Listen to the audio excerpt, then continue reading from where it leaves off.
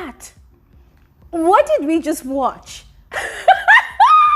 No, for real, for real. The show is fucked up this season. I must admit, it is fucked up. Because tell me why these housemates, especially the ones that went through to the finals of this so-called twisted game, tell me why they made it through all of that hard work, perseverance, the pain, the struggle. Tell me why they made it through to the finals, only for such a ridiculous reward to be announced at the end of it all. What the actual fuck was that? What? Nah, guys, hold on a second, I'm not done. See, I wish I could actually express myself using South African vernacular right now, because I feel like using the English language is not just doing justice to how oh my God, guys. Listen, English is not really doing justice to how I feel right now, because right now I feel like exploding, because what the actual fuck was that? Oh my God. Okay, here's the deal, guys. If I were a housemate on the show this season, frankly speaking, I definitely would have been the first housemate to have been disqualified. Yes. Probably as Bravo B was leaving, I will be following suit the very next minute. Because, ladies and gentlemen, I'm going to be that one housemate that's going to be calling out biggest bullshit at every given point in time. I will talk. My mouth will not be shut. Guys, I will talk. I will talk. Yes, they will kick me out. They'll put me out. Fine, but I'm going to talk. Because what was... You know what? Let's get into this video before I lose my mind right now. Let's get into this video. But as we get into the video, yeah, let me know how you feel, because I feel like I'm actually struggling with my emotions right now. So just let me know how you feel in the comment section below. And in case you do not know what I'm talking about, just get into this video with me. I will give you all the details of how tonight's live eviction show went. Guys, a lot happened. Yes, a lot happened. And you know what, let's just get into it. Welcome to my YouTube channel. My name is Glory Elijah. This is Frankly Speaking with Glory, and I am the girl with the T. You already know what to do, guys. If you're yet to subscribe, please do exactly what you see on your screen. Now quickly, let's begin with the so-called twist of the night. All right, Lawrence's interaction with the housemates, it really opened up a lot of cans of worms. Yes, we're gonna get into that one, but let's begin with how the show ended. That's the live eviction show ended tonight. All right, so it ended with a sad game that is supposed to sort of reset the clock of the game. I don't even know how to explain it, frankly speaking, but I guess it was supposed to be like a twist that's supposed to shake the house, that's supposed to shock us, the viewers, shock the housemates as well, right? It was fashioned out to look like something huge, you know, that was going to bring some element of excitement and reward to the housemates that, you know, finally emerges the winner of the game. Yes. And so all the housemates were taken to the arena after it had been announced to them that tonight was a no eviction night, right? They were all excited, but in order for the game to be switched up, they were taken to the arena. Now, everybody had been given a baton and a ball each. Now, it was a game to test their perseverance, their strength, and their mental strength as well, balance and all. They were all to stand either with both legs or just one leg inside the red box that was drawn on the floor for them, yes, and they were to hold the baton, they were to balance it. Now, there were 3 stages to the game, but because of how most of the housemates persevered to the end, it actually panned out to at least 2 extra stages in the final round, the third and final round. So they started holding the baton, and people started falling off, one after the other. They were falling off in pairs, in groups, they were falling out, until it was remaining just, was it 3 housemates, right? I think 2 housemates. There was Papaghost, there was Mark Jr., there was Willie, and there was also Papi, young Papi. Young Papi fell out, and after everything, all the hard work, all the stress, all the struggle, all the pain, Papaghost emerged the winner. And guess what the reward is, as announced by Big Brother? Papaghost has gotten automatic clearance straight to the final round of the Head of House Challenge that is set to happen tomorrow evening. Does that make sense to you all? That's the reward, guys. Yeah, in case you're waiting for more, there's nothing more, nothing else. That is the reward. And if you missed it, let me say it again. The reward for all of that hard work.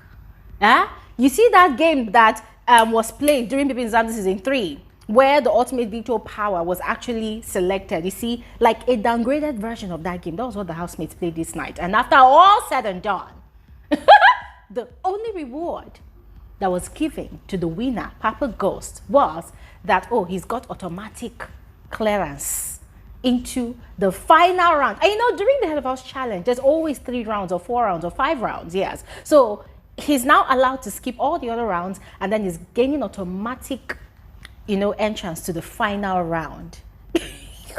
My God. Okay, so after Biggie announced that, yeah, first thing that came to mind was, hold on a second. This guy suffered, and won this thing tonight. So imagine he gets to the final round of the Head of House games tomorrow, and he doesn't emerge the Head of House. What does that mean? It will mean that people that did not even put in the work or the effort, you know, into playing tonight's game, they literally relaxed all through tonight's game just to go ahead and win the Head of House game tomorrow.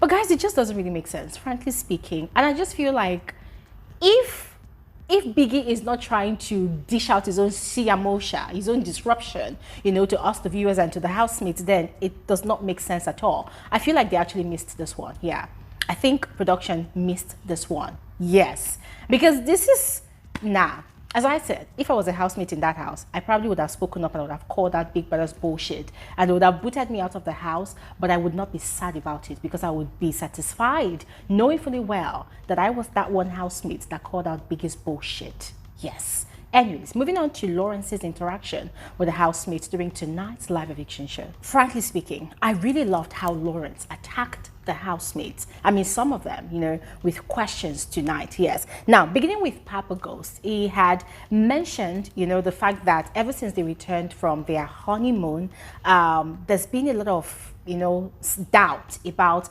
the validity of their existence as a real housemate or a fake housemate in the house, you know. And so being able to view the house from the cabin, what has he learned? You know, what are those major things he has actually learned about the house? And according to Papaghost, he has learned that there's a lot of backstabbing going on in the house, and he doesn't really have any friends in the house. Lawrence had also moved on to Z. He was asking. Now, Lawrence had also moved on to Z. He had asked her about her opinion, her perception about this friendship that is going on between Yolanda and Mitch. You know, who does she think is the controller of that relationship? I don't know if you understand the South African vernacular that he actually used to explain that question to Z. According to Z, they interswitch. Some days it's Yolanda, other days it's Mitch, but overall she thinks it's actually Mitch. And guys, that really gave me a good laugh. Because the way Z was answering that question, it felt like she had been waiting for that moment all her life. Yes, and so she was relishing the moment, you know, as she was responding. And I loved the fact that Lawrence had actually given Mitch the opportunity to give a rebuttal. Yes, so he had asked Mitch what he thought about Z's, you know, response to his question. And Mitch's reply was a killer. I loved it. He said, well, they're all afraid of him and Yolanda in the house. Hence the reason why they can say whatever they want to say. And guys, I said yes. What better way to respond, you know, to such a description of your friendship with someone in the house? Now, Lawrence had moved on to Taki about what or how he had actually described Z's game to Sinaye. And this guy was giving us flowery speech, like a flowery speech, talking about, well, I'm not really sure if Z is actually playing again, da da da da. Well, as usual, a cowardly response to Z, because, you know, she's that one housemate, I don't want to step on her toe. Anyways, Lawrence had moved on to Mark Jr. Now, he had asked Mark Jr. about how he had described Makeke as a spineless person and a liar, you know, when it comes to dealing with Papaghost, you know. Then he had compared it to how Sinaye would always pack up all the conversation he has with every other person in the house to go and download it to Taki. Yes. Now, Lawrence had thrown a question at Mark Jr. that how would you weigh both, you know? Remember, there's a difference between loyalty and ass kissing. In other words, it could be that Makeke is just plain loyal to Papaghost by refusing to indulge in all the pettiness that the housemates are actually dishing out to those two people, whilst Sinaye, it might seem, you know, as that one person that is just basically sucking up and kissing the ass of Taki. And Mark Jr. kind of disappointed me, frankly speaking, because it's not like Mark Jr. is not aware that Sinaye and Taki have, you know, normally have such conversations. Guys, he had literally denied having any knowledge about what Lawrence meant by, you know, Sinaye going to go and blah, blah, blah with Taki. And guys, as I said, I was just really disappointed. But the way he had jumped at, you know, that question about Makeke and Papaghost, guys, I wasn't really surprised, because we know that there's still the rivalry going on between Papaghost and Makeke, and Papaghost and Mark Jr. And Mark Jr. had stood on what he said. He said, yes, he actually thinks that Makeke is spineless, that Makeke could do better, you know, by standing up for himself. He feels like Makeke gets disrespected, you know, in the house a lot.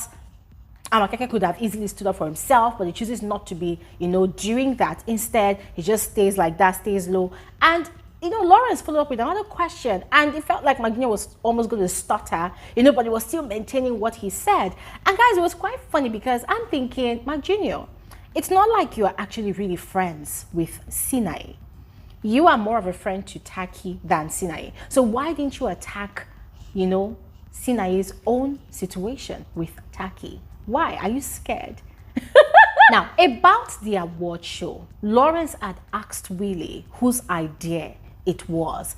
And Willie had said, yes, it was actually Papaghost's idea.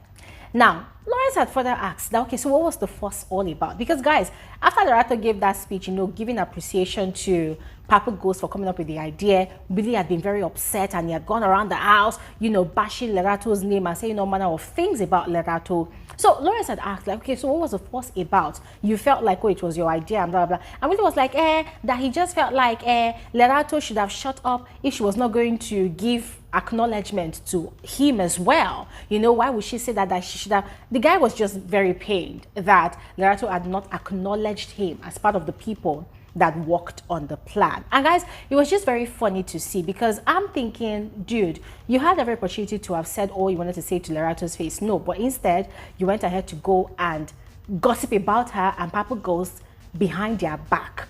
Why do people have to wait till Sunday? Why didn't you just go ahead and say it? In fact, just say it to their face, or say it to their hearing at least. Let them hear, let them know. Anyways, guys, at the moment, Makeke is really riled up. The guy is very upset at everybody in the house, because for him, there are 9 guys in the house, you know, but all of them want him to stand up to Papaghost when they don't even have the balls, the mature balls, to stand up to Papaghost. That it means that they are all scared of Papaghost, because at every given opportunity they are attacking him, calling him all sorts of names, you know, accusing him of being a doormat or being spineless and all whatnot. What stops them from standing up to Papaghost? You know, and guys, I totally agree with Makeke. But anyways, I'm just going to stop talking here right now, because there's still conversations going on in the house. I would love to hear from all of you what your thoughts are about tonight's live eviction show. So please go ahead and share the comment section below. I'll see you guys on another video soon. Have an amazing evening. Bye.